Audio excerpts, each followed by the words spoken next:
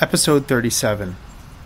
This is Chris Grabowski. I just wanted to do a really quick recording on a couple of updates to podcasts I recently recorded. The first one is episode 24, and that deals with the Neato Robotics vacuum cleaner. And the second one is episode 36, and that is dealing with the comfort zone, the fan, the twin fan. And the Neato Robotics, I just wanted to mention that there was a firmware update, and I was able to do that without sighted assistance by using a Windows-based PC, which is required, and a USB cable.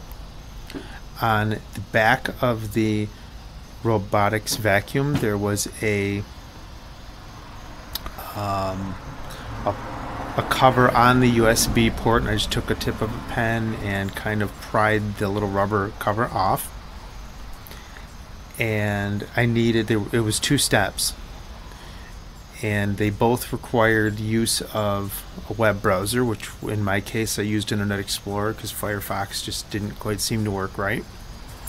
And I went to the Neato Robotics webpage, found the software updates link, and then there were 2 steps. And the first step was to download the driver. So I downloaded the driver and installed it, and I went back to the website and went to step 2. And step 2 was using the website to interface with the driver to check the robot for updates. So I followed the instructions by connecting the USB cable to the robot and hit the power button to turn the robot on. And then I was using Windows 7 and it installed the drivers. And then I went back to the website and did a check for updates. There was a link that said check for updates.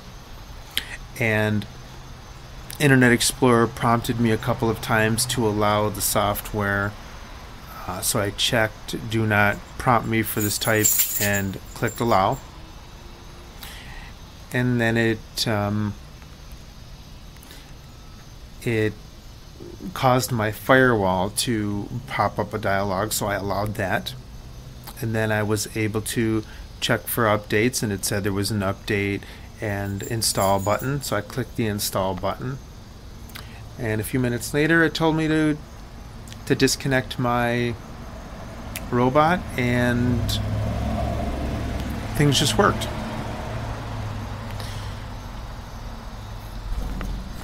And the second item I wanted to discuss was the remote of the fan. And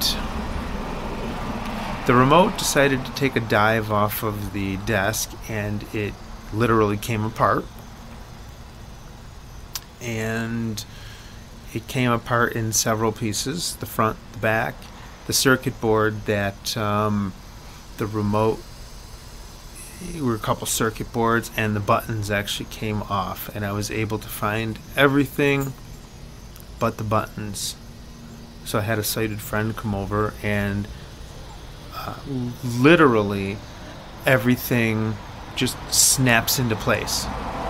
So if the remote drops and comes apart, chances are it's not broken or cracked. If you find all the pieces, you should be able to snap them into place. So I just wanted to update on those 2 podcasts. Thank you very much. Contact information follows.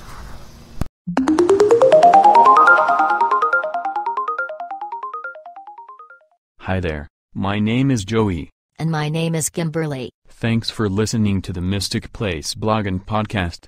We hope you have enjoyed this episode. Joey. Yes, Kimberly. It is my turn to talk. Okay. Thanks, Joey. No problem. If you have any comments or suggestions, Feel free to send an email to mysticplacepodcast@gmail.com or leave a voice message at 864 Mystic 4, that is 864-697-8424, or follow him on Twitter at cgrabo73.